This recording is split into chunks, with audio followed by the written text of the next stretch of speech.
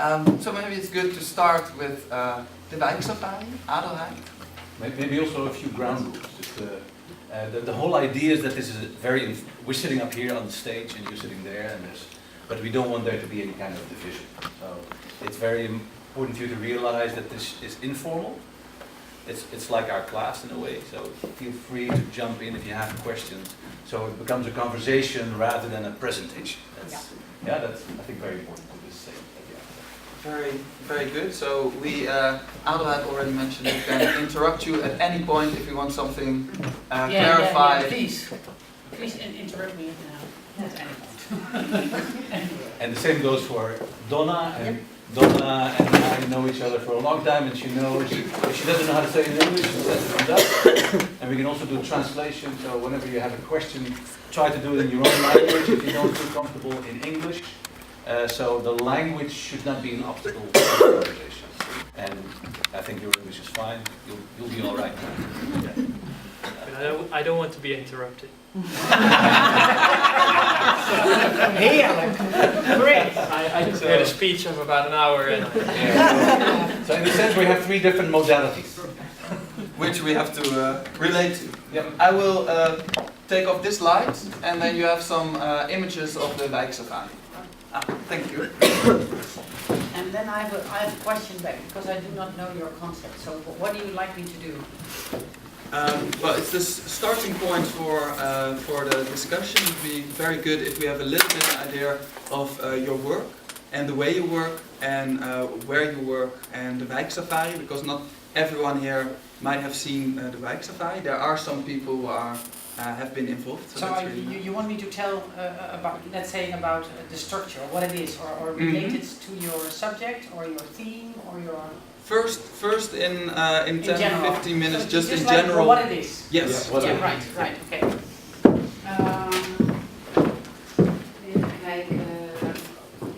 Well, this is a poster.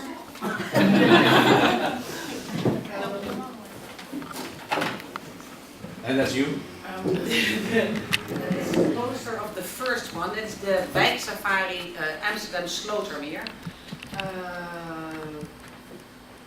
I'm busy now with making the same performance or show or theater show in Bijlmermeer, Amsterdam. It's I do it in neighborhoods, and I came back from Mexico 2 weeks ago. So I was 7 weeks in Mexico to direct the wijksafari Tepito, and Tepito is a neighborhood in the center of Mexico City. And the thing is that it's like the wijksafari became like a grid. Is een grid ook in English? A grid. A grid. It's a grid. But it was a coincidence that it became. What do you mean with a grid? What do you mean? The structure. It's like the wijksafari. You mean like tubes interconnecting, like that? No, I mean like the structure of the performance itself. It was possible to, what you normally do is like you make a performance and then you take the decor and the actors and you put it in the plane and you bring it to Barcelona and you play there, for example. Yes. And what we did is like, I went there with my assistant, so only the 2 of us, and we worked with a team, a Mexican team in production and actors and artistic team, so that the wijksafari became Mexican. Mm-hmm. So then it's more a concept you bring instead of your performance. Mm-hmm. And that's the same like how we did it in Utrecht, and it's the same like how we do it in the Bijlmer. So you have like a fixed team, which is like the team of our theater group. And for the rest, you work with people from that neighborhood. So we start doing a research like 8 months before the performance, like 8 months before. And then the method, it's like, I call it a method now, it's like the adoption method. So 8 actors, there are playing more actors in it, but like 8 actors who have like scenes of 45 minutes, so longer, real long scenes. And the actors live in 8 houses. So you have 8 actors who live in 8 houses of people who live in a neighborhood. Can be anyone. It doesn't matter. And that I call the adoption system. So you live for 2 weeks, for 24 hours, you sleep there, you live there, you eat there. So you are really, you have to, let's say, connect and relate. And then we develop a scenario for the scene on an equal basis. So also the actor is telling his or her life story. So there should be really an equal connection in telling the story in the same vulnerability, same things like having or being shy, or sometimes even feel ashamed of something, and share that information, but not like a journalist, with a notebook, but like that. So that is why also the information, the live information of the actor is also in the scene. So we call that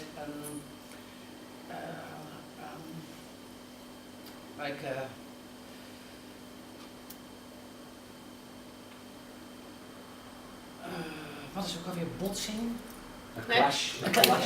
Right. Confrontation. Yeah, a confrontation or a clash a creative clash of 2 life scenarios. So that is like, that's the root or the source of what will become the scene. So now maybe we can show the 8 adoptions. This is the poster of Amsterdam, but now we go into Utrecht. So this is Albert. This was like so now you see the 8 persons, so what we call the 8 adoptives from Utrecht. This is Albert, this is Pierre. He's living quite near. And this is Arthur. This is Tante Fatma.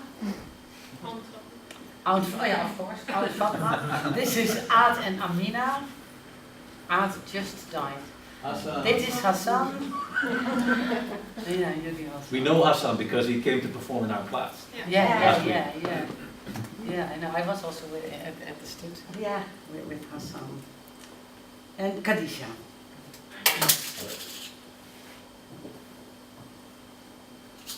So this is Khadija in her house, in her living room, and Agnes on the floor is our actor. So the 2 of them, so that is, like the adoptive. That's the couple, and they develop the scene. This is in the middle, is Nazmir, and she was living at Aunt Fatma. This is in the street of Albert. So we put the pink letters on the wall are we call it the quotes, and we have the quotes all in the neighborhood, and that are expressions or life quotes from the adoptive parents. And this was here just around the corner, right? Yeah, this was around. So Adelheid, you also, in a sense, add visual arts to the neighborhood as well.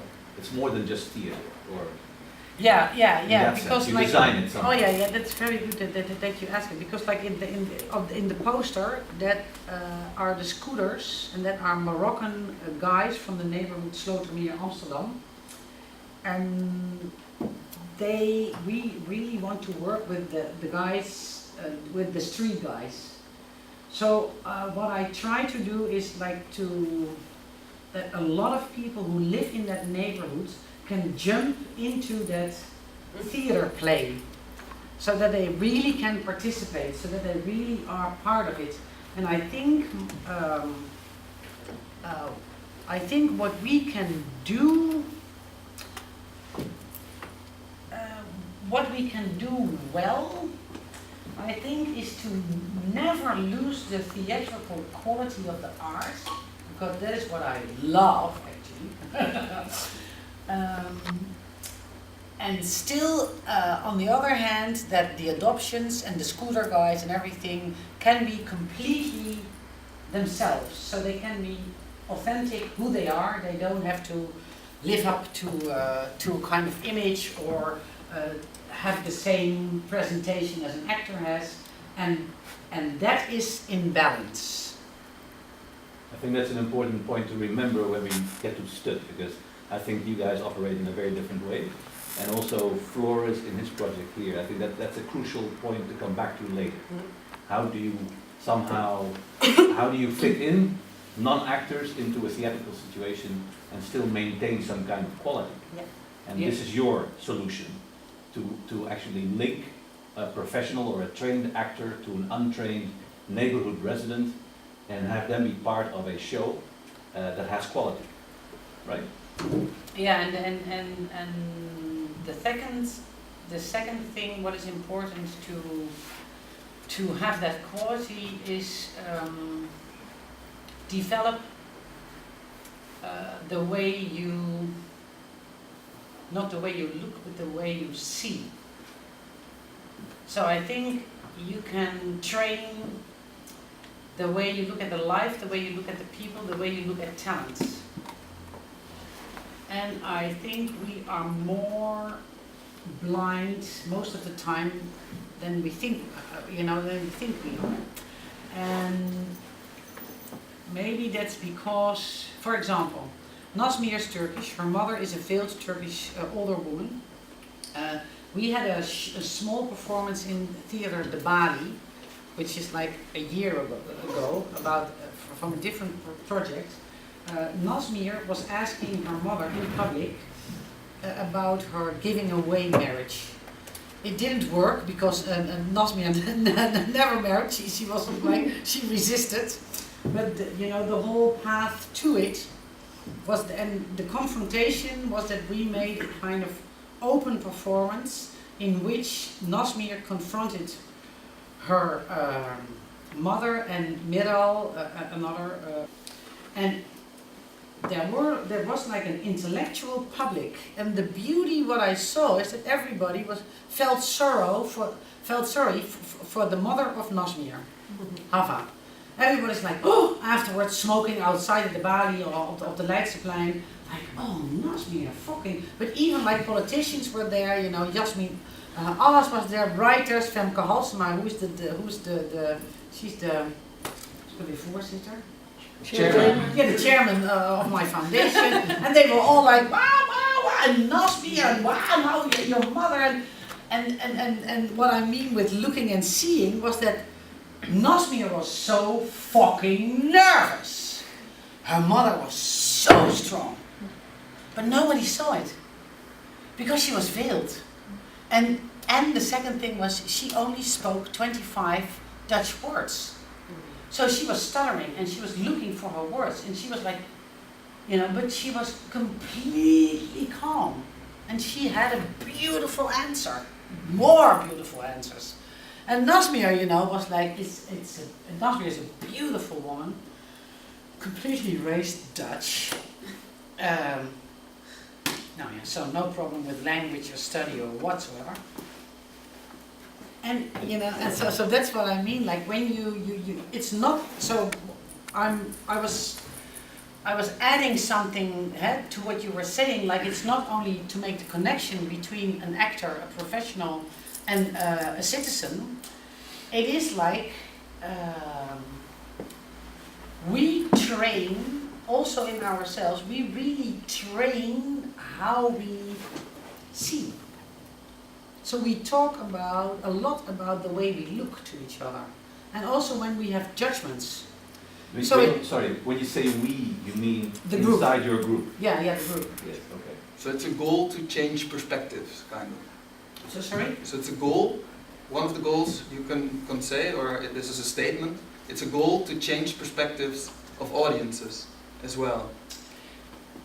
And of yourself. Yeah. Yeah, it's like it's not like don't do it because you cannot say stop it because your brain is doing it. But it's like accepting that your brain is doing it, and you don't have to it's like sometimes I say like, okay, every thought is like a horse, but you don't have to jump on it. It's like it goes, It's like running all the time, But when you stick to it, you think like it's true. This thought is true. This is my thought. This is me. You identify with the thought. Adelheid. Can we get off this horse just a little bit? Go back to the Wijkse But the thing is, when he's asking for the goal, it's like it's very important that like in the way of acting and in the way of making theater and in the way of directing also or making installations, this is like a crucial thing. Yeah. This is like not only the form or the confrontation in the group. This is also the content. Right. I think in the other two cases, I think perspective and quality also will come back. Just maybe now to maybe wrap up this part for people to get a sense of what Wijkse was. I think it's maybe good to go through some of the pictures again, because those of you who do not know what it was in a sense also this. An audience was invited to this show that was created on the basis of this partnership between professional artists and neighborhood residents who created the material. I think you and your team then scripted that. It was rehearsed to some degree. An audience was invited to actually go on safari through the neighborhood. In some cases they would go inside people's homes. No, not in some cases, right? in all the cases. Right. So the public actually goes in 2 homes for 45 minutes. So you see 2 scenes, 2 confrontations of the life scenarios of adoption and actors. You see completely, and you walk through that neighborhood. So we also make let's say you walk and you jump in the local religion. So it can be. A Maria Chapel or a little mosque or different, all kind of, let's say, religious kind of things we're living in there. And then also the local economy. So what kind of different shops do you have and things you are, also the architecture, we tell about how the neighborhood was built and why. The history a little bit also. Yeah, the history. And who are the guides? Who guides the audience? We, the adoption and the actor. Okay, together. Yeah, together. Yeah. And then for example, in Slotermeer there was like a group of Moroccan street guys, and we started to make contact with them, daily and weekly, and in the end they were, because the whole public is on the scooters of the guys, and they bring you from one, also we walk. Oh yeah, there you see the mosque, now we go very quick. We saw the mosque. Yeah, no, a few pictures back. Yeah, this is like, and then the imam is telling, like, so in the mosque you are, for example, like 7 minutes. And this is a bus for the longer distances, and in the bus you hear music from local people from that neighborhood. So we, and these are the scooter guys. They are always, of course, the winners. They are fantastic. So maybe it's a Do good. you also do the scooter guys in Belmer? Oh yeah, sorry? Are the scooter guys back in the Belmer, or do you have some new way of transporting the people? We have no scooter groups. Scooter How about Mexico? Well, in Mexico What do you was have? in Mexico we had like we did it with that was really a mafia group. A mafia group. Yeah, on motors. Wow. Yeah, that was then I had to really live up to my own, so like but we did it. It was fantastic. But And you been on Harley Davidson like that? yeah, but they were like, my very sweet colleague in Mexico, who asked me to go there and to make it over there with him together. He said like, well, this is, you introduced me to the group, and then he said, I'm like, how many years of jail are you looking at?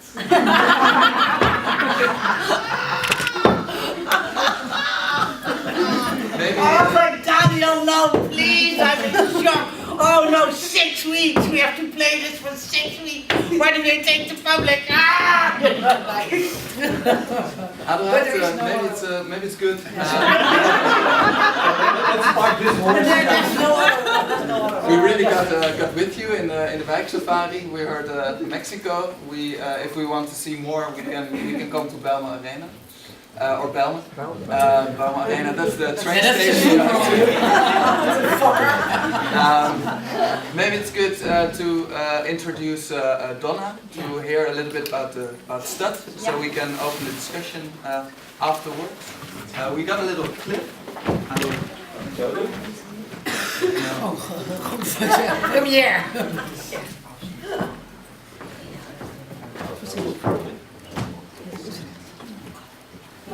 And we will see Albert again. So we saw a picture of your adoption, Albert, and then. Is it uit Maxima komt, Eugène? Yeah. Is that okay? Yeah. So maybe I'll talk a little bit about what you're gonna see. It's a project I did in 2006 in the neighborhood Rivierwijk. It was my first production with adults, so I was very anxious, but also can I do this, because I always did it with youngsters, and it felt, for me, it felt different. And then I met this group of women, 5-6 women, who were in a shop on the Rijnlaan. And it was a self-organization, so they cooked for the neighborhood, they did all kinds of things, and they called Stud. Well, they saw a play about Lombok, and they wanted the same for their neighborhood. So I went to see them, just grew my,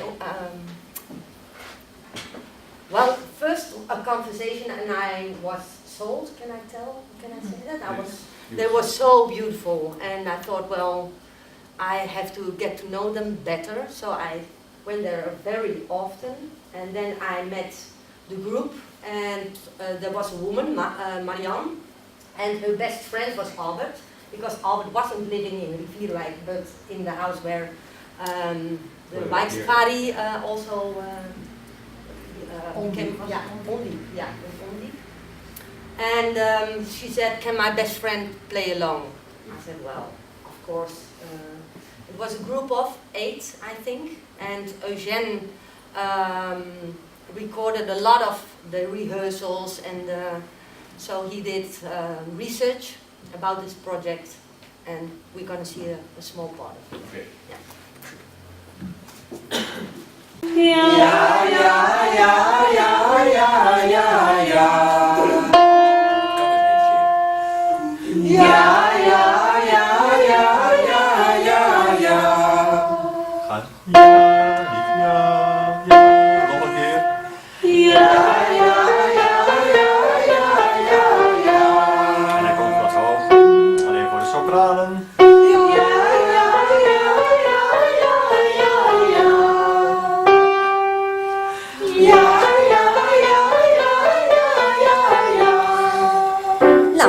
Aan het koken voor Albert en mezelf. Het is woensdagavond en op woensdagavond repeteert ons koor, het Studkoor. En als het goed is komt de dirigent ook mee eten, dus dan eten we met een aantal meer mensen. Dus ik ben lekker veel aan het koken. Dat doen we eigenlijk iedere woensdagavond. Het Studkoor is nu denk ik 3 jaar geleden opgericht. En ik had toen een project, heb ik gedaan in 2006, Maxima Komt. Er zat op de Rijnlaan in Rivierenwijk in Utrecht zat een gebouwtje, een zelforganisatie, heette het Trefpunt. En dat werd begeleid door een wijkpastoor, Tiete Slapman. En daar kwamen allerlei mensen, dat is echt zo'n, eigenlijk gewoon een zelforganisatie waarin vol mensen in de wijken allerlei activiteiten organiseerden. Op dinsdagavond kan je daar mee eten voor €2. Er was een kledingruilbus. En een aantal van die mensen die daar zeg maar als vrijwilliger werkten, die hadden de voorstelling van Stud gezien die Jan van Sas had gemaakt, mijn collega. Mijn Bitterzoet Lombok. Ja, een wijkvoorstelling. En toen hadden ze, was een groepje vrouwen en die hadden zoiets van, nou, als dit toch ook kan voor Rivierwijk, dan zijn we echt blij. Dus die belden naar Stud van de een op de andere dag van, nou, zouden jullie met ons een voorstelling willen maken? Ja, weet je, dan ga je natuurlijk eerst nadenken van, even kijken wat voor vlees we in de kuip hebben. Dus we zijn daar gaan praten bij het trefpunt. En dat was zo'n leuk gesprek. Er waren zulke leuke, mooie mensen, mooie verhalen. Vrouwen met levenservaring op een 14e gaan werken bij de CNA, bij de HEMA. En ze hadden heel veel te vertellen. En toen, dat was toen met Marlies, Houtvast. Toen zaten we terug op de fiets. En toen zei ze, wat vind je? Ik zeg, nou, volgens mij moeten we dit aangaan. Moeten we dit doen. Volgens mij zijn hier hele mooie verhalen te vertellen. En nog voor de vakantie heb ik toen Bea teruggebeld en gezegd, Bea, we gaan het doen. Nou, en Bea vond het geweldig. Dus ik kwam na de vakantie en verwachtte een aantal mensen en inmiddels was de groep uitgebreid naar 9. En toen ben ik begonnen met het maken van standbeelden. Dus ik heb gevraagd of iedereen mee wilde werken aan elkaars familieportret. Dus ik heb een familieopstelling gedaan en iedereen kon vertellen wat de rolverdeling was thuis. Wie welke rol vervulde in huis. Nou, wat jouw relatie was tot die persoon. Dat was zeg maar de eerste keer. Toen heb ik Bea als eerste gevraagd. Degene die het initiatief ook nam. En die vertelde 100 uit. En dat was eigenlijk, daardoor brak het ijs. En iedereen volgde dat. Ik ben juist op zoek naar de verhalen. Waardoor komt het dat je in het hier en nu zo sterk bent? Want dat zou ik willen laten zien in het stuk. Hoe sterker dit is, hoe sterker dat ook wordt. Weet je? Van die 2 dames en dat jij dat verstilde gezichtje. Van wat heb ik nou meegemaakt? 2 vrouwen die zitten op me in te praten. En ik weet helemaal niet hoe ik ermee om moet gaan. En je bent even alleen en je begint. Ja, kijk. Gewoon met publiek en onderhoud. Hoe jij je MSN, wat je daar allemaal in meemaakt. Want iedereen praat gewoon dus. Het is echt fantastisch. Zo'n mooi moment. Gewoon, ik denk dat ik nog kan spelen.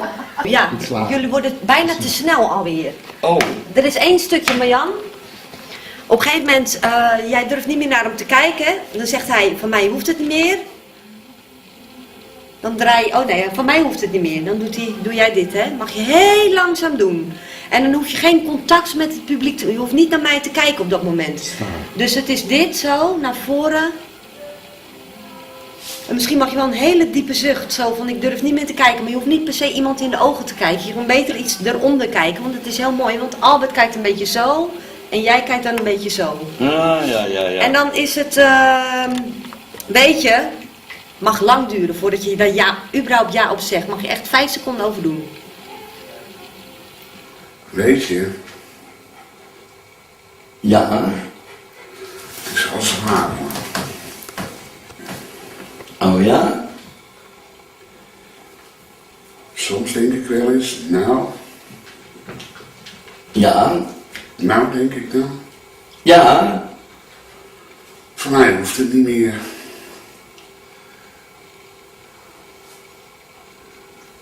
Nou, ik ben Albert van den Heuvel en sinds 2006 bezig bij Stut.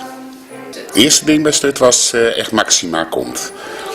Nou, ik vind het spelen vond ik bij Maxima heel leuk. Dat kwam ook mede door Marjan. Marjan is een hele goede vriendin van mij. En wij speelden heel leuk. Wij werden ook gelijk bestempeld als het setje en het stel. En we konden elkaar ook wel eens afbekken, zeg maar, op een nette manier. En ja, dat vond ik gewoon heel leuk om met haar samen op het toneel te staan hier. Weet je? Ja. De Geus, hè? Ja. Die minister? Ja. Die zegt, het gaat er niet meer om wat je niet kan, het gaat er nu alleen nog maar om wat je wel kan.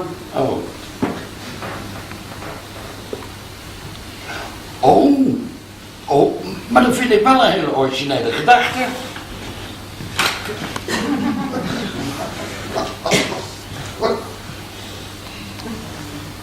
Albert. Ja. Ben je bang? Ja. Bang dat ze ons goedkeuren? Ja, vreselijk bang. En ook vooral toch ook de diepgang wel van de onderwerpen. Vooral natuurlijk je eigen verhaal wat je speelt. En ik ben ooit een keertje heel ernstig mishandeld. En dat is ook op het toneel gekomen toen bij Maxima komt. Bang om flauw te vallen, tussen bakken, melk en vla, moet ik mezelf moeten inspreken, voor ik gaan. Maar wat nou als ik morgen wakker word en al mijn angsten zijn verdwenen? Dan ga ik al mijn vrienden langs, zonder bange bipperbenen, zonder angst voor bus en trein, zonder angst voor autorijden. Ik zou geen steeg of straat meer mijden en voor een dag gelukkig zijn. Gewoon op de boot naar Vlieland, met mijn hondjes op het strand. Nooit meer bang, oké, nu zonder liegen. Ik zou alleen nog bang zijn om te vliegen. Ik heb het nooit moeilijk gevonden om het op zich te vertellen. Maar wel als je bepaalde dingen op de planken gaat zetten. Hè. Je staat toch dan echt ook letterlijk en figuurlijk in de spotlights. En zeker als je dat voor het eerst gaat doen voor een grote groep mensen. Voor publiek, zeg maar. Ja, dan is dat toch heel spannend ook om te doen. En dan vind ik het leuke van de groep dat de groep jou daar dan ook weer doorheen sleept. En dat was gewoon een hele prettige manier om het te doen. En sinds, ik heb het eerste keer natuurlijk hartstikke spannend. Maar ja, die eerste keer, ik geloof 5 of 6 avonden achter elkaar gespeeld. Ja, dan ben je het wel kwijt. Ja. Ik ben Lien Oedekerk, ik ben 65 jaar en ik zing bij het Stutkoor. Ik zing eigenlijk altijd, de hele dag, op de fiets en als ik loop. En ik zing altijd. Dus het koor, het is dierbaar. Ja, ik denk dat het voor sommige mensen heel veel toch een soort verwerkingsproces is. Denk ik. Klinkt wel dramatisch. Huh? Een verwerkingsproces. Ja, ik denk dat je toch de meesten toch er eigen zelf tegenkomen in zo'n stukken. Dat ze daar toch soms wel heel erg van terugschrikken. En dat het meer het besef, tot besef komen eigenlijk. Nou, er staan wat dingen over jezelf op papier. En ik bedoel, dat weet je allemaal zelf wel dat het gebeurd is. Maar nu uit je het ook een keer. Ja. En dat vind ik gewoon op zich wel heel mooi. Daar word je sterker van als mens? Nou, dan moet je nog even over een paar weken vragen. Nee, maar ik heb het idee van wel. Ik bedoel, zo van... en trouwens, je komt er ook niet zo gauw aan toe. Nou, het blijkt ook dat je nog dingen niet... Ja, dat ervaar ik. Iedereen heeft een beetje een zwakke moment zo ongeveer gehad. Ja. Ja. En dan blijkt toch dat veel dingen niet verwerkt zijn. Ja, en met zo'n project... Ja, vind ik wel. Ben je bezig met het verwerken. Ja. Maar het draagt in ieder geval aan bij, zeer zeker. Ja, maar dat bedoel ik ook. Ja. Maar de verhalen hebben me ook ontzettend geraakt. En ik ben zoveel tegengekomen dat ik denk van jeetje Mina, dat het allemaal gebeurt in zo'n wijk. En een van de belangrijkste dingen waar ik dus, ik had 10 vrouwen of 11 vrouwen heb ik geïnterviewd. En bij 6 van de 11 vrouwen hadden een verleden met huiselijk geweld. En dat waren ook de vrouwen die nu zo sterk zijn, weet je wel, in dat trefpunt en allerlei dingen voor de wijk deden, voor elkaar. Ja. Ik heb hem gedumpt hoor. Wie is Patrick? Nee, Wesley. Patrick was toch je laatste? Nou, ik kan het allemaal niet meer bijhouden op oude dagen hoor. Ja, eigenlijk gisteren al, maar ja, blijkbaar had hij dat dus niet begrepen. Mocht van hem niet eens met andere jongens praten. En als hij met andere jongens liep, kwam hij op me af en begon hij me te zoenen. Met andere woorden, ze is van mij, ik schaamde me kapot. Ja kind, daar begint het mee. Voordat je het weet mag je helemaal niks meer van ze. Ze leggen helemaal beslag op je. Ze denken dat je hun eigendom bent. Eerst komt het verbieden. En dan komen de klappen. En het ging heel erg over het leven in de wijk, het trefpunt, dat echt een trefpunt was waar mensen elkaar ontmoeten. Nou, misschien 2 jaar daarna zijn we gaan nadenken van hoe kunnen we nou ervoor zorgen dat deze mensen betrokken blijven bij Stuttheater. Er waren een aantal die vonden het heel leuk om te zingen en we hadden toen een stagiaire, Liesbeth, en die heeft toen samen met mij een soort van plannetje opgesteld. En in eerste instantie was het gewoon leuk zingen met elkaar. En, maar daar hebben we uiteindelijk dachten we van nou, het moet dan wel een speciaal koor worden. Hè? Naar een smartlappenkoor kan iedereen. En laten we dan kijken of we een koor kunnen oprichten waarin mensen hun eigen lied gaan zingen uiteindelijk. Want het is wel echt een levensliederenkoor, maar dan echt levensliederen gebaseerd op de levens van de mensen die in het koor zingen. Het sluit ook wel aan bij wat Stut doet, hè? Het vertellen van een levensverhaal op het toneel door middel van theater. Nou is koor eigenlijk een beetje een soort van zijsprongetje wat we dan hebben gemaakt. En dat is zeg maar waarom het koor ooit is opgericht en gestart. Ik heb nooit durven zingen. Ik ben ooit een keer van een kerkkoor afgeknikkerd. Omdat toen kreeg ik de baard in mijn keel. En toen kon ik geen noten meer zingen volgens hun. Daarna heb ik het jaren, maar dan ook jaren niet meer gedaan. Nog geen noot. Ja, heel af en toe. Zo eens op de wc, zo in de spiegel kijkend van een nootje zingen. Maar dan dacht ik, nee, dat is toch niks, weet je wel. En toen op een gegeven moment kwam ik denk, ik vind het eigenlijk gewoon heel leuk om te doen. En wat kan mij het eigenlijk nou verschillen? Ja, ik hoop dan wel natuurlijk dat het een beetje klinkt. Maar laten we maar eens kijken wat er van komt. Nou ja, en, zoals het lied van Mijn Angst is daar dus ook uit voortgekomen. En dat is ook een reden waarom ik het heel leuk vind. Het mag nog meer. Ja. Ik denk wel aan Maxima komt, want ik heb natuurlijk een cd'tje waar alles op staat en foto's en zo. Maar het is daar begonnen. Het is daar begonnen, dus als ik hier kom denk ik ook aan Maxima, niet altijd, maar dat is de basis natuurlijk. Mede door aan Maxima mee te doen, opener ben geworden, in het jezelf durft laten zien. Komt ook weer terug met op de achtergrond het koor. Dat je dan denkt zo van, ja god, ik durf dat zomaar. Dat heeft eigenlijk Maxima CQ Stut mij gebracht, dat ik dat nu doe. Maar in principe zitten er dus nu nog een aantal mensen die toen meespeelden met Maxima Komt. Die zitten nu nog in dat Stutkoor. Dat is een beetje het lastige binnen ons werk. Je gaat 2 jaar heel intensief met elkaar om. Je leert elkaar echt heel goed kennen. En dan is het project afgelopen en dan is het klaar. Dus uiteindelijk zie je dat mensen het leuk vinden om behalve het spelen ook op een andere manier betrokkenheid te hebben bij Stut. En het is vice versa. Het is niet eenrichtingsverkeer. Ik vind het ook leuk om de mensen te blijven zien.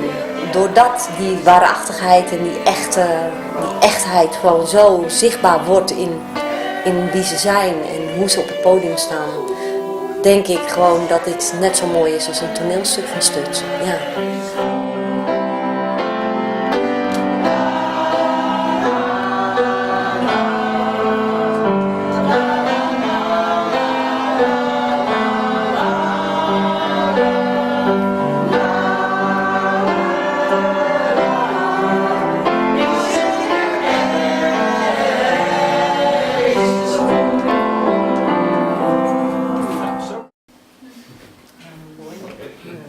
So that gives us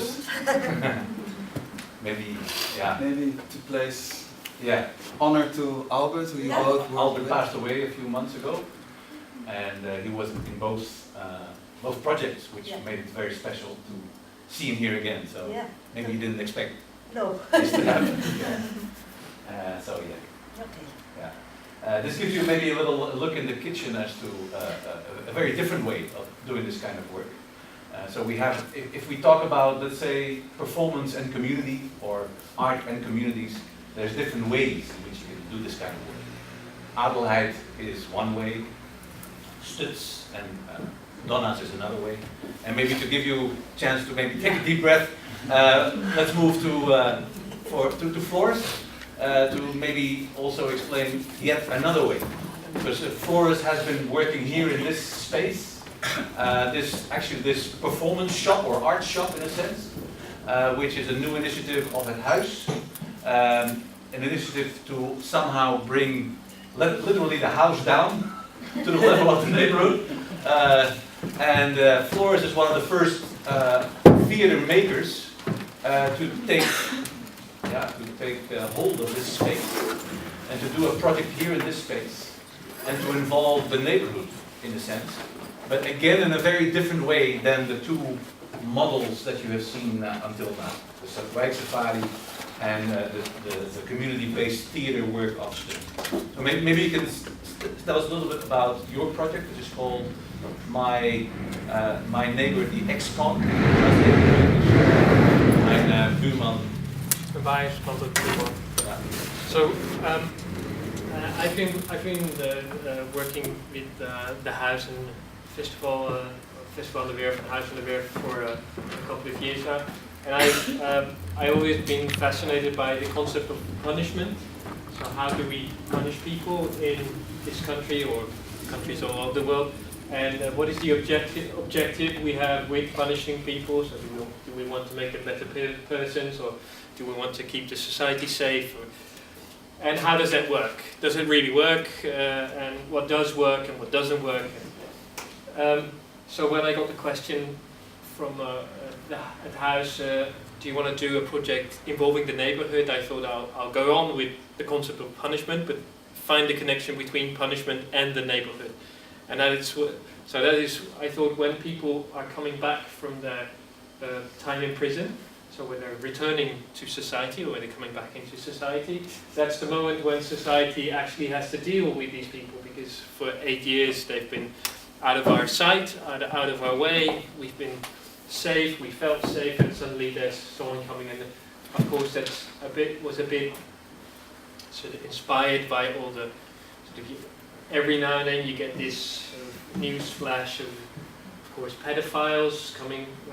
People discover that there's a pedophile above the school where they bring their children every morning, or their neighbor is.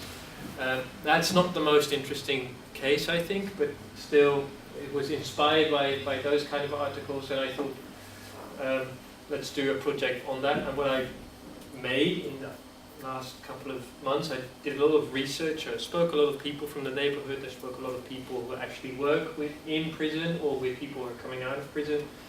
And now there's a theatrical dialogue. You call it a theatrical dialogue or a theatrical debate, where we invited we have 2 evenings, so every evening we have 5 different people from the neighborhood who are living here close by. They're on 5 chairs on this side. So, they get to decide if they let one ex-convict into their neighborhood. So someone who's coming out of prison has to face these 5 people as a jury, and they of course it's not it's very good that we don't let ourselves decide over these type of situations, but to get the dialogue going and to get the conversation going and thoughts going about it. On this evening, they get to decide.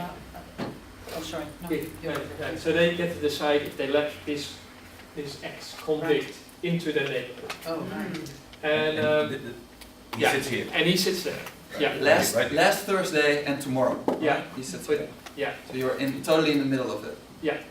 I'm in the middle. You're the facilitator. Right? I'm the facilitator, so I try to sort of keep the evening going and the conversation going. And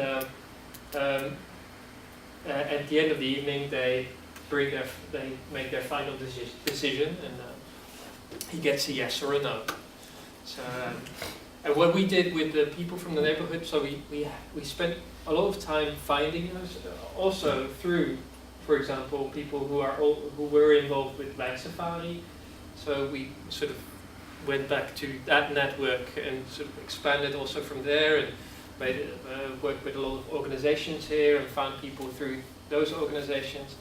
And we went to drink coffee, I think, for hours and hours in different houses, which was great, because that was also a way of developing the project by talking to people about the project, see how do people respond to. I must say that the situation in France, beginning of this year, helped us a lot. Suddenly everyone sort of, because before Christmas everyone felt safe, after Christmas no one felt safe anymore, and thought, oh yeah, we should talk about this.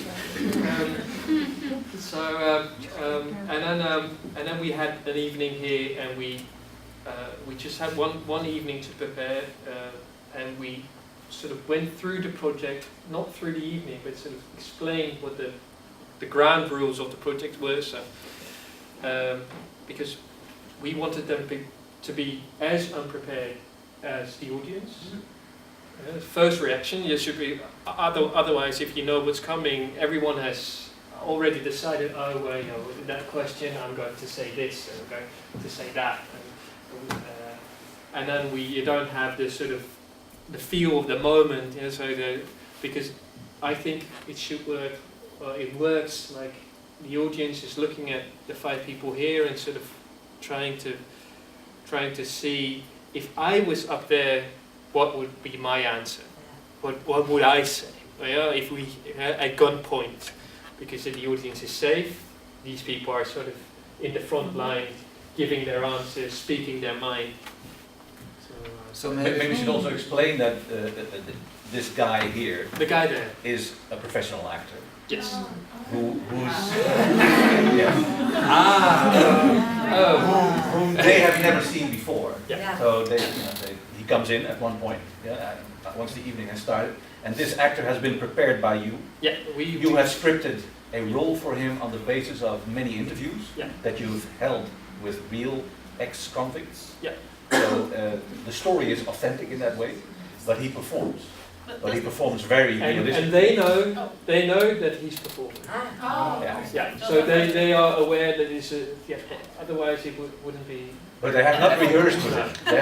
They have not rehearsed with him. So there is a real sort of confrontation. Is the audience also aware of the fact that it is a theatrical element, or? Yeah, they are aware. And you say the honesty, because there are people who live here and you spoke with them, but they're not professional actors? No, they're not professional actors and they're not scripted in any way. And that's why we can relate to them. You. So you said people know, the audience knows he's an actor, but that's not Some true. people don't. Yeah, okay. But we discussed, how can we not let them know? How can we make like this a scene, but not... Yeah, it's interesting to see that somehow sometimes you make something and everyone sort of, but somehow the audience seems to know, and these people seem to know, everyone seems to know that it's theatre, but it only works if we really pretend it's real. Yeah. If we really sort of try really hard. Really pretend it's real. Yeah. Really pretend. How's that? I see you adding... that's great. What a great sentence. I like that. Donna, you're nodding. You agree. Yeah, I can understand what he's talking about, because I relate to the stories we tell, true stories, also on stage. But sometimes it's very, maybe it's even necessary to make the audience believe that it's a true story, but maybe the actor in it, it's not his or her personal story, but you have to make it for the audience real. So there's a bigger story, and different actors might get their information from that bigger story, but not necessarily everything happened to that person. Yeah. Well, we're making a play right now. It's called the Korte Lontje Show. It's about aggression, and it's a collaboration with a TBS here in Utrecht. You should explain for those people who don't know. The show is called the Short Fuse Show, and it's made in collaboration with a hospital for the criminally insane. That's called TBS. Yeah. We can pronounce it anywhere because otherwise we'll have a problem with a journalist coming in. You cannot announce it. No. Okay. So it has to Among stay us? here. Yeah. But but that's... You're recorded, so we know exactly who's here. No, but there are also people playing in the play who are momentarily still in the clinic. But they can go outside, and this is where their hobby. Like and two of the players are people from the institution, from the mental health hospital. And I think it's very beautiful to have the audience afterwards or pre-words know that there is someone playing who is a convict, a real person from the TBS. But we're not going to tell who it is. And I think that makes it more, because when I went into the TBS, my mind was also a little bit screwed up, because I was, you did something very wrong. But I knew that's the mind of what she said. It's perspective. And I hope that the audience thinks which one of these 20 people is really a conflict. But we're not going to tell, because you can't see. And I think that's for theater a conflict. What I really, hoe moet ik het zeggen? Ik denk, mag ik het even in het Nederlands doen? Ja. Ik denk dat het heel mooi is. Ik wilde zonder vooroordelen de TBS ingaan. Okay. I wanted to enter the hospital for the criminally insane without prejudice. Ja, toch gebeurde het mij ook. Nevertheless, I found out I was prejudiced. Ja, dat je toch denkt, deze mensen hebben allemaal echt wel iets heftigs gedaan. You cannot prevent yourself from thinking that these people around me, they must have done something really, really bad. Ja, maar we waren daar met ons koor. But we were there with our choir. Ja, en we hebben dingen uitgewisseld met elkaar. We exchanged things. En het werd zo'n mooie ontmoeting. And it became a really beautiful encounter. Waarbij alle, zeg maar, waar het wegviel. Dat mijn vooroordelen. The prejudices disappeared. Ja. En toen dacht ik, hoe mooi zou het zijn als mensen meespelen, strakjes. So I was thinking how nice it would be if people would play along in this show. Ja, en dat het niet gaat over het label TBS. And that the label of criminally insane will no longer be a factor. Ja, terwijl mensen in het publiek wel weten dat er 2 tussen zitten. Dus in deze groep zitten er 2. So, despite the fact that people know that in this group here there might be 2. Ja, dat vind ik een spanningsveld wat ik heel spannend vind. So she finds that exciting, also theatrically. But we know. Wij weten het wel. Ja, jullie weten het wel. All right. Okay. I think so. We have seen actually 3 sort of examples of what you could call community art.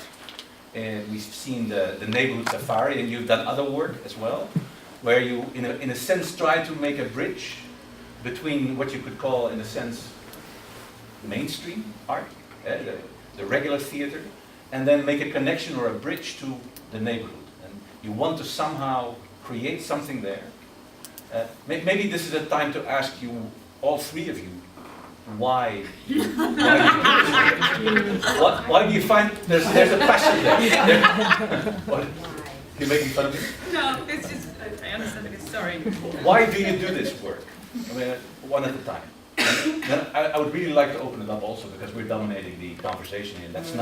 That's not supposed to be happening. You're supposed to ask questions as well. Hopefully there are already some questions here. But let's first do this question. Why do you do projects like the neighborhood safari, like the overstay? There's something there. Somehow you want to do something. Otherwise you would have stayed in the theater or continued to work on film. Why do you do it?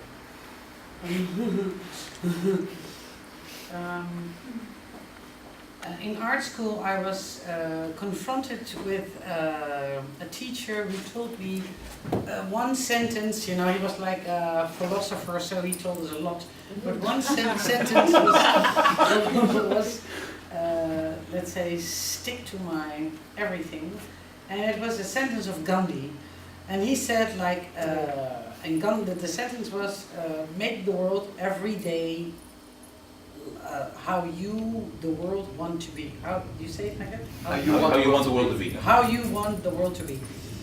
And it's very, I'm 56 now, it's very long ago. But I do remember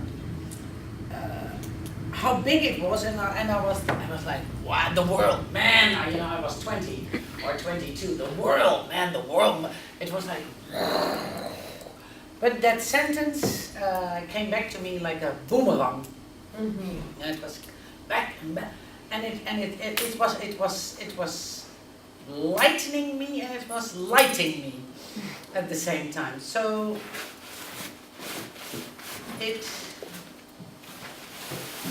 that was a thought like a horse, and I jumped on it. And you jumped on it when you started working in the neighborhood?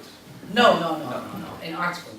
It started already there. So for me it was like, yeah, actually it brought me to the consciousness of that I, let's say, discovered who I partly was.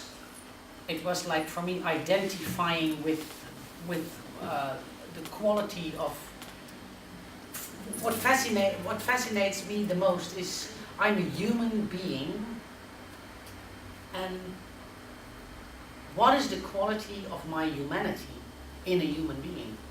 I have only that question.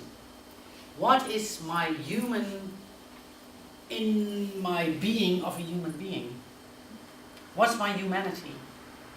It's like a constant echo of what that is. So I experience myself as a in a very nice, I feel very comfortable with that, as a very lone wolf in a total crowd for 24 hours. Mm-hmm. And I'm the echo with you, or the echo with you, or the echo with you is all the time what I'm looking for and searching, and I find forms to create like how I want the world to be. So the oversteek of the wijksafari, of failed monologues, or I made a theater show with Muslim people 3 times, and one was about honor killing. So I interviewed 10 men in jail who killed a sister or a niece or a neighbor, a female one. It was also like, it's like, you have to, it's what Shakespeare, that, and then I'm finishing my answer to your question. The second Gandhi is the Shakespeare sentence, and I played once Portia in The Merchant of Venice, which is like a horrible, beautiful personage to play. And Shakespeare wrote the sentence, and I have to say this in Dutch because it's so difficult to translate. Daar waar genade, gerechtigheid doorhuivert. Oh boy. Well, everybody who can translate, help us. Say it again. Ja, daar waar. There where. Genade. Mercy. Gerechtigheid. Justice. Doorhuivert. Doorhuivert. Yeah, it's like it's like shivering through. Yeah, shivering through. It's not like in a hierarchy, but it's like if Shakespeare is saying in that monologue above the law. So that's actually also the last question Portia is asking. Like, let's say, so you are asking for justice, but it's like you have it. You fucking got, from the judge your justice. Now, and right away go to your mercy. It's like, and the next step. So don't go sit with your fat ass on your justice. You've got it, you have it, Then breathe your soul, then breathe through it, and then go to the mercy. And you see, this is, now he becomes the victim, So, and can you have that kind of mercy? Right. And that for me is like a huge quality in every human being. And I can cry when I say it, but I like to live there. Right. And then, may I? We'll come to you in a second. What then, can you remember concretely? Because this is like a general sort of lifelong process going on engaged process, right? So this is almost like your life motto. Yeah. There must have been one moment where you decided, hey, I need to go to Bos en Lommer and do that project there. What caused you to do that? To start working with people in the neighborhood to create peace together with them. What caused you to do that? Most of the time it is like a naive kind of coincidence. There's your Mexican people. Yeah, right. I shouldn't say that.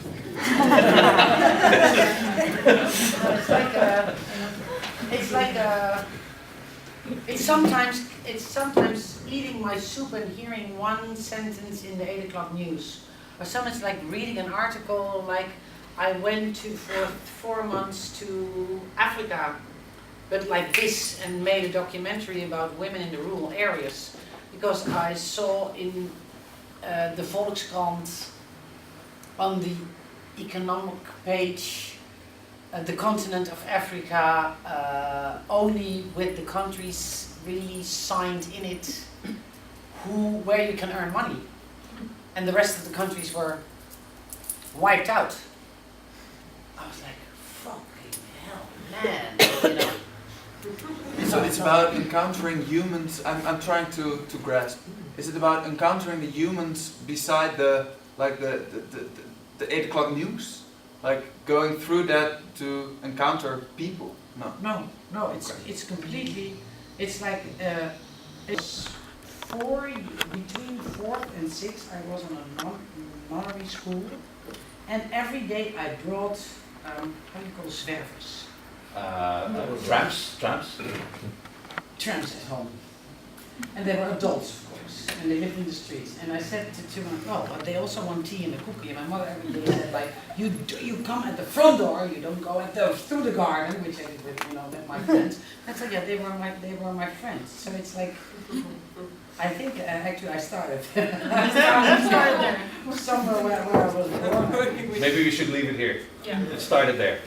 4 years old, you brought a tramp home, and that instinct has never left you something, right? Yeah. Okay.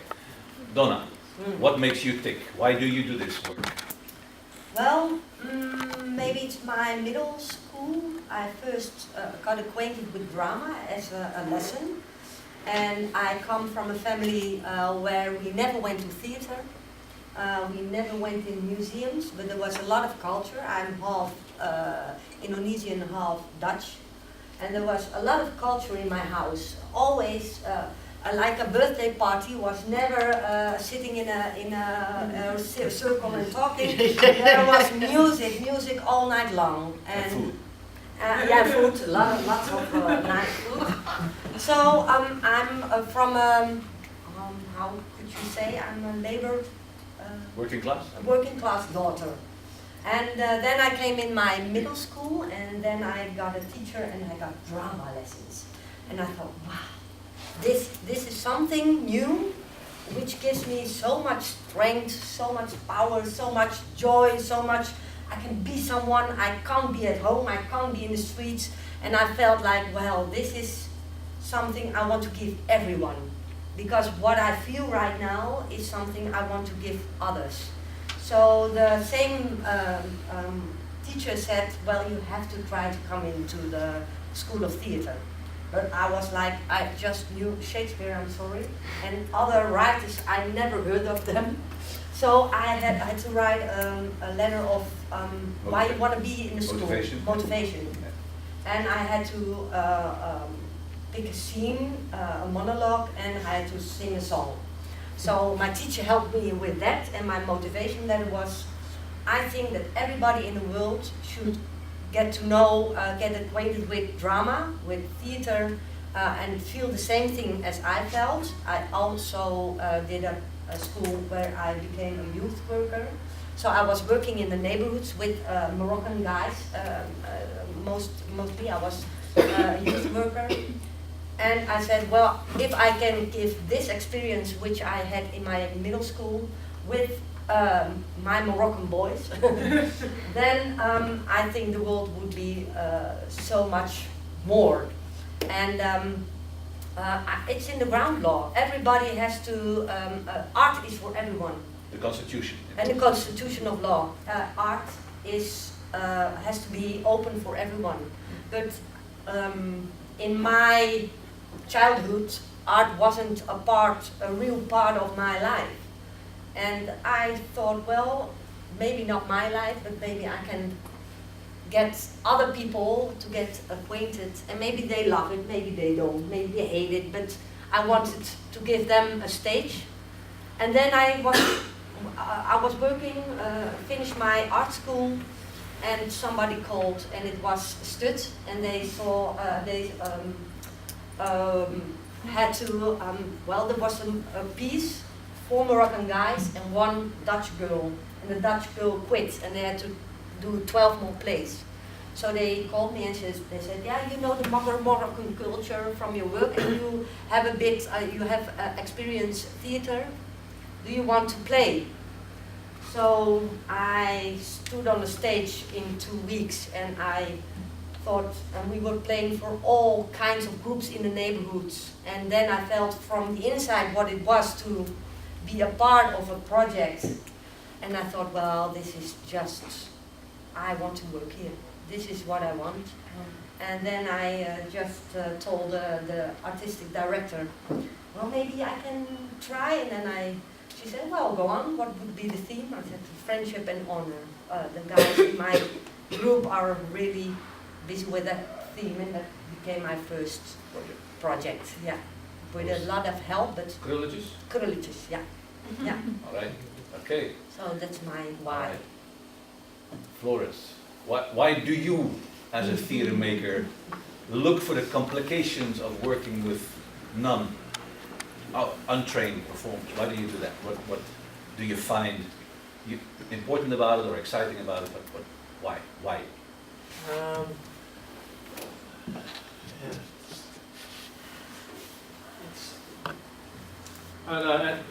It always makes, maybe it's strange to start with this, but it always makes me very uncomfortable working with real people. Because with actors and set design, it's very clear. You just stand there, say this. They have a contract. They have a contract. But I think so I find it very uncomfortable, and then on the other side I'm interested in, I think, well, the way sort of we all try to live together in a certain way, and we try to sort of make the best of our lives, and but that doesn't seem to be, we constantly keep sort of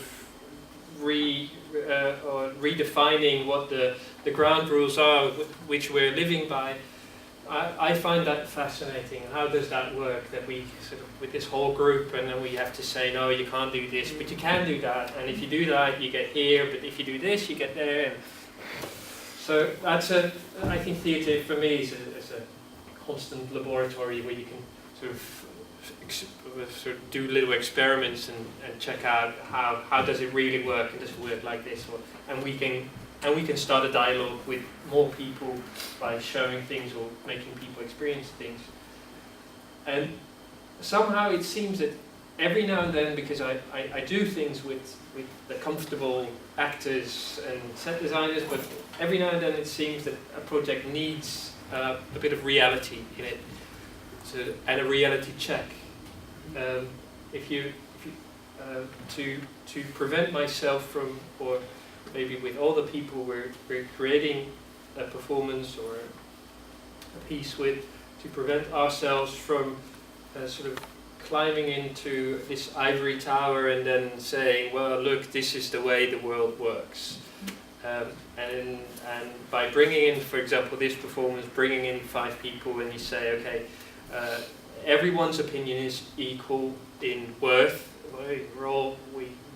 We ask you to speak your mind, and please let's get as many perspectives on this subject as we possibly can.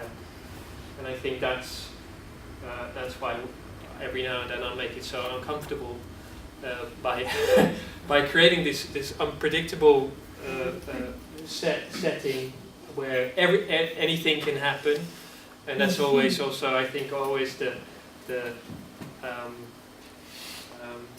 interesting and also the frustrating thing, that as a theatre maker, you want to sort of control things and say, okay, now we have to know that we start here and we end here. Like with Shakespeare, The Merchant of Venice, it always ends the same. But now we have the constant search is to make something that you can control the structure, but never can control the outcome. I think that's the. I'm also curious,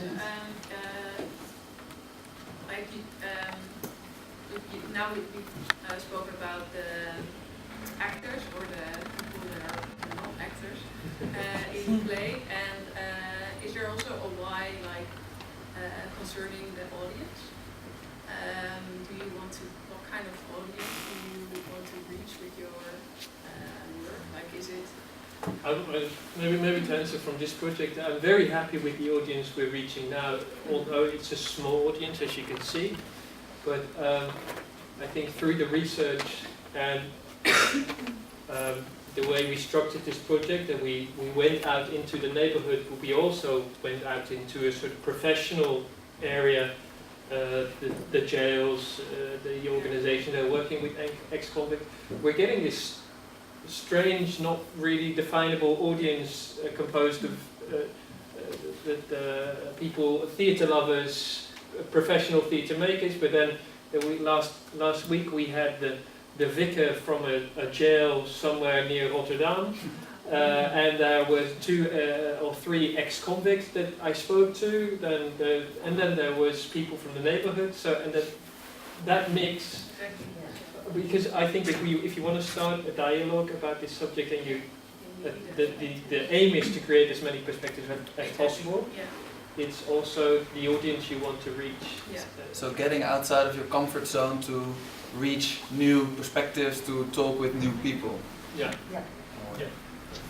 why, for example, Donna and Adelheid are working most of the time in the neighborhoods that are like Slotermeer, Bijlmer, Overvecht is like the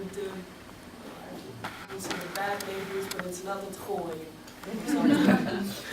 Popular neighborhoods, maybe. Popular neighborhoods. Yeah, also, there's another. No, but I think for me it's like the accent on it now. Yeah. Because it's like, it takes to do the research also, it takes month and month. Yeah. But for example, the last I made 2 years ago, and I did a reprise. For example, with Shores, a colleague. That was like an autobiographical piece about our 2 lives. Also, so then we are like adopted by each other. So it's also a form of what Floris was saying about the experiment. So you take a territory where you do a new kind of experiment. So that was Hetty and George, and we played it for 2 years. And now, and in June, I'm making a performance for the Holland Festival. So it's like, So you do also different stuff. But is it true that community art is like most of the time in those kind of neighborhoods? Or is there also community? It's a choice, I think. Maybe that's also a good question. In the little villages or in like the good neighborhoods of Holland, or is it, why is that? It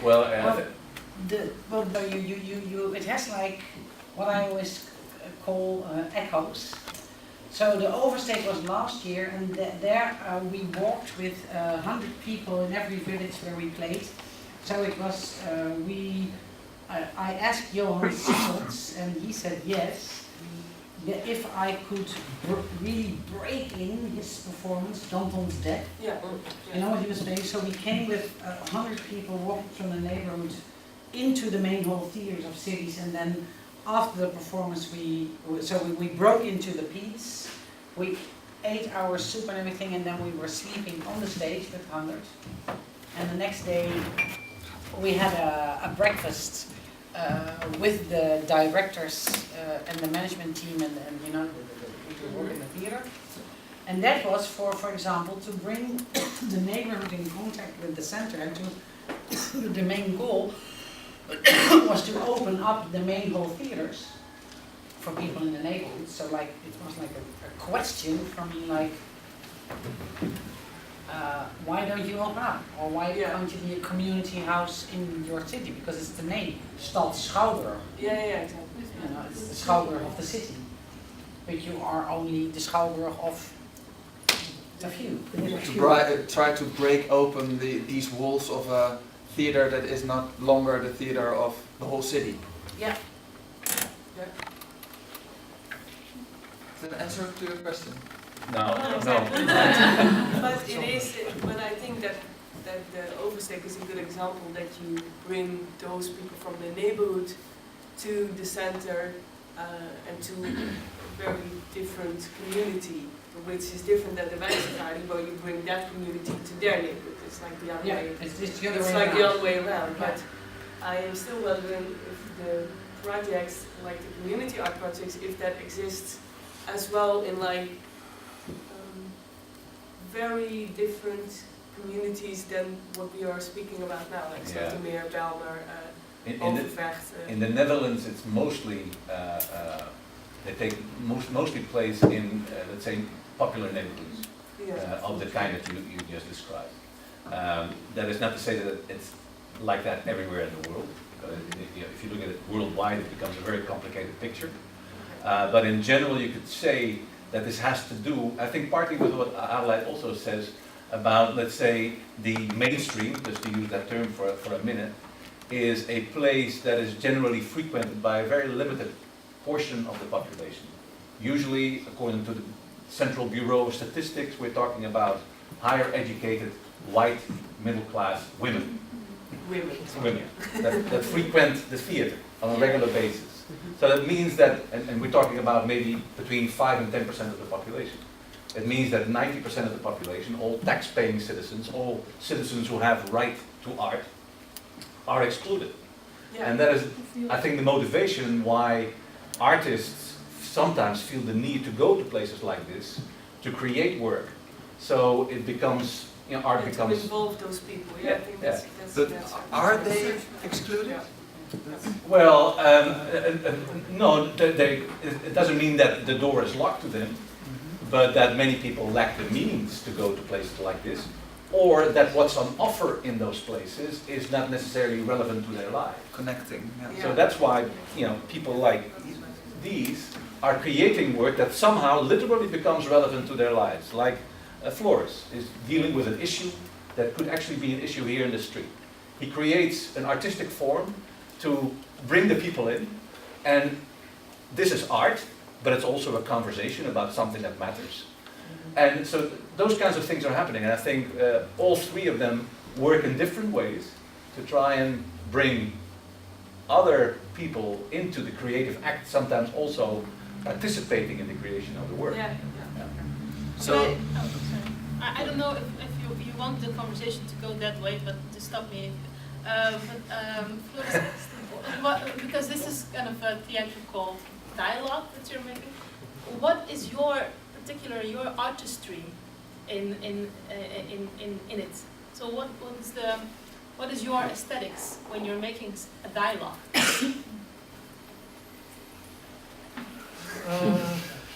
Well, that's somehow, and it's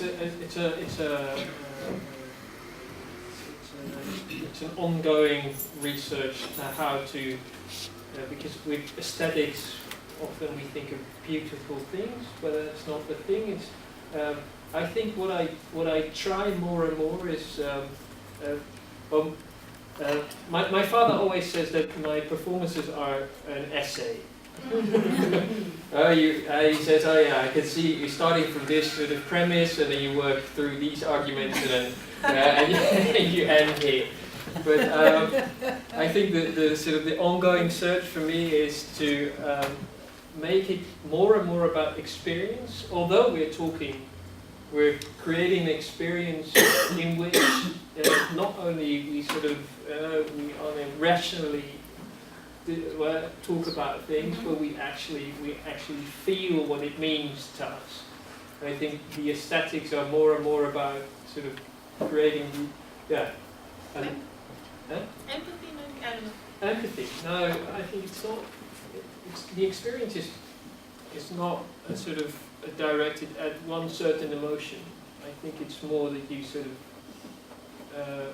that you at the end of the evening, if it works in the way I would like it to work, that you had an experience through which you just want to turn to your neighbor and say, okay, what do you what do you think? What do you you sort of you're full of it.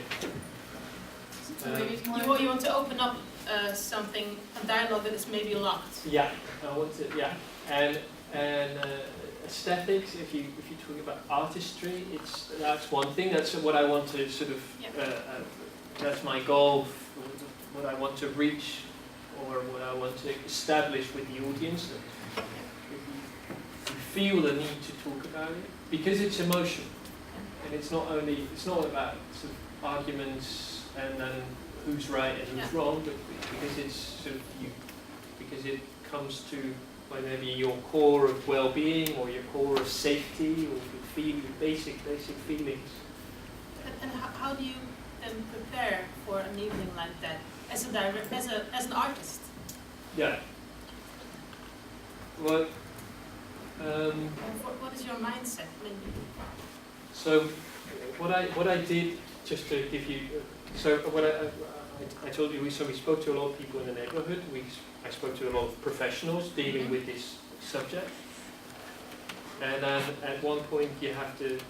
But I had a coach to talk every now and then because in this project I was a writer, director, and an actor, so it was quite a lot. So every now and then I needed someone from the outside to talk to. And he had one good advice. At one point he said, "Okay, now you know everything. Now you can rely on that. That information will end up in one way or another in your project. And now you have to sort of start making the experience." So I think preparing for that is actually. I had to feel certain that I knew everything because I want to be true. It's not. I don't want to use or lie. I don't want to lie to gain effect. To have it. So that was one part of the preparation, and then the other part is also a lot of talking, so that you become aware of deeper perspectives that are already there, and then. One more preparation, just to do it in 3.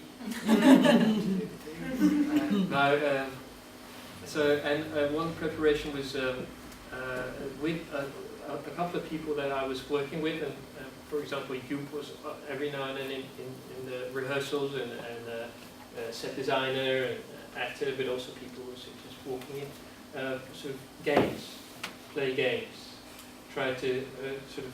Try out.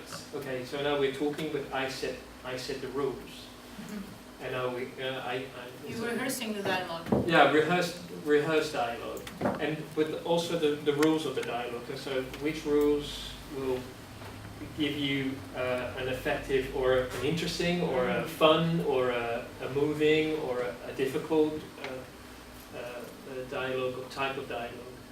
So you had a structure, right? You had like assignments that you asked people to do, right? Yeah. Okay. Yeah. Okay, so structured. But I can imagine that as a director, you also think of the setting, the mise en scène, and where sitting, where's. Yeah. So that was with the set designer. We said. I also asked. It's funny because last week she said this performance, it's a bit strange for me because as long as people don't talk about the set design, it's good. Because we started out the first meeting we had and the first talk we had. I said I think the whole project is about finding the right sort of the right constellation or the right sort of way we have to sort of deal with these three. The opstelling. The setup? The setup, yeah. The setup arrangement. In the space. Yeah, the arrangement of the people in the space. I think that's the main thing. Yeah. So that's what we actually thought that at first we thought we would be in a large circle, because that was nice, with the actor in the middle, ex-convict in the middle, one space open for him, circle around him. Okay, this is the group that you, and then the people from the neighborhood were also part of the circle, but working through it, we changed, and then we ended up with this. Yeah.